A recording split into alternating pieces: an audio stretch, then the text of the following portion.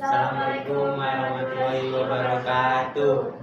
Perkenalkan, saya Dinda Azahra dari Prodi Teknologi Informasi dengan NPM 135236110. Dan saya Farizan Lubis dengan NPM 1352324 dari Prodi Teknologi Informasi. Di sini kami akan mempresentasikan proyek yang telah kami rancang selama berbulan-bulan lalu, yaitu ada yang berjudul Universal MQTT Sensor dengan LCD 16x2 berbasis ESP32. Jadi apa yang kami kembangkan di sini dalam proyek ini, kami membangun sebuah Universal MQTT Sensor Display berbasis ESP32 yang fungsinya itu sebagai terminal pemantau data IoT mandiri. Perangkat ini dirancang untuk menjembatani data dari berbagai node sensor di jaringan MQTT ke dalam bentuk visual fisik menggunakan layar LCD 16x2. Tujuan utamanya itu adalah untuk menciptakan alat monitoring yang portable dan efisien sehingga dapat memantau parameter secara real time. Nah, secara teknis kami mengintegrasikan fitur auto discovery melalui pemrosesan pesan berformat JSON yang memungkinkan alat ini mengenali dan menampilkan identitas sensor baru secara otomatis tanpa perlu modifikasi ulang. Nah, selanjutnya kami memiliki beberapa perangkat yang kami gunakan. Yang pertama ada ESP32 tentunya, yaitu otaknya dari untuk semua sistem. Kemudian ada LCD 16x2, ada modul 12C, kemudian ada kabel jumper, kemudian ada breadboard. Kemudian dari komponen perangkat lunaknya kami menggunakan Node.js sebagai runtime untuk middleware, terus MySQL atau XAMPP untuk database penyimpanannya, kemudian Mosquito-nya kita menggunakan MQTT Broker, dan libraries-nya MQTT, MySQL 2, dan Arduino JSON. Integrasi database MySQL kenapa perlu? Karena LCD hanya menampilkan data secara real time, jadi SQL-nya bisa mengubah data secara historis dan lalu menganalisa data yang di masa lalu. Nah, middleware jadi jembatannya mungkin hanya sebagai program yang akan berjalan secara 24 jam, mendengarkan semua pesan dan lalu otomatisasi menyimpan ke MySQL dan mengirim konfirmasi balik ke MQTT.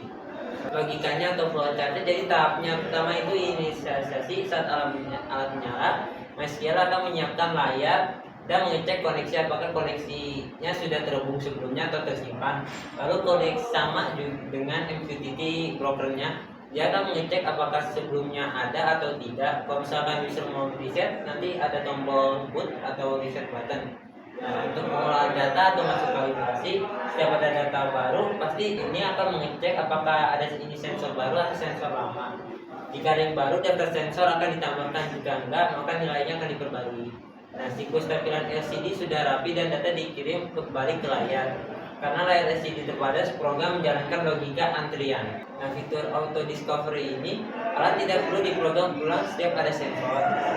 Pada setting cukup kirim data dengan format yang benar, maka alat akan langsung mengenalinya. Yang kedua yaitu format JSON, alat menggunakan standar data JSON agar bisa membedakan nama sensor dan nilainya dengan sangat cepat. Lalu yang ketiga adalah kapasitas memori. Program sudah dioptimalkan untuk menyimpan dan menampilkan hingga 10 sensor berbeda secara sekaligus dalam satu sisi. Kami akan mendemokan proyeknya secara langsung. Baik, selanjutnya kita akan mengkonfigurasikan WiFi yang akan digunakan sebagai server. Langsung saja ke ESP-nya di setup. Lalu memilih yang paling atas untuk sementara yang akan digunakan. Ketikkan passwordnya sekarang. Nah, karena kredensialnya sudah di save, jadi saya bisa nggak usah connect ke ESP lagi.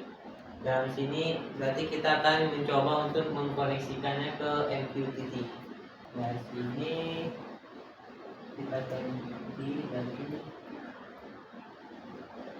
ganti internetnya ke udah.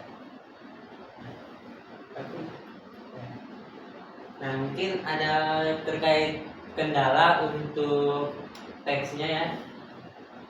Dari sini bisa dilihat saja connected dan MQTT-nya disconnected. Untuk server saya menggunakan yang sebelumnya waktu kolaborasi dengan teman saya, yaitu yang sensor gerak. Dikonfigurasi kembali. Untuk sekarang berarti gunakan IP saya ya. Kita buka IP config. Kita lihat IP config. Untuk komputer sebagai servernya atau host MQTT tidak menggunakan credential, lalu save dan restart. Sudah di save, restart.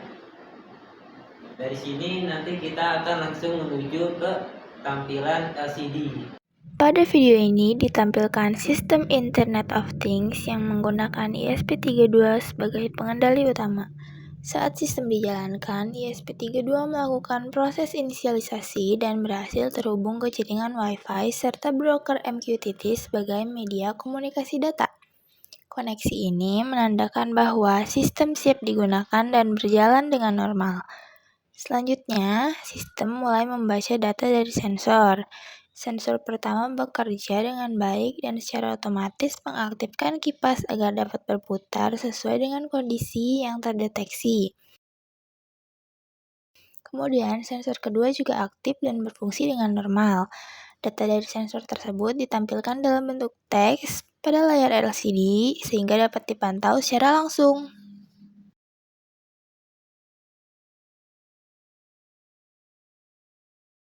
Bisa dilihat ya bahwa kita menangkap data dari sensor MQTT yang digunakan. Jadi bisa dilihat sendiri untuk tanggalnya sudah sesuai 26. Dan mungkin ini terlalu panjang karena memang ini ngelognya setiap per second ya, setiap detik. Langsung saja saya ke database-nya. Untuk database-nya di sensor ini.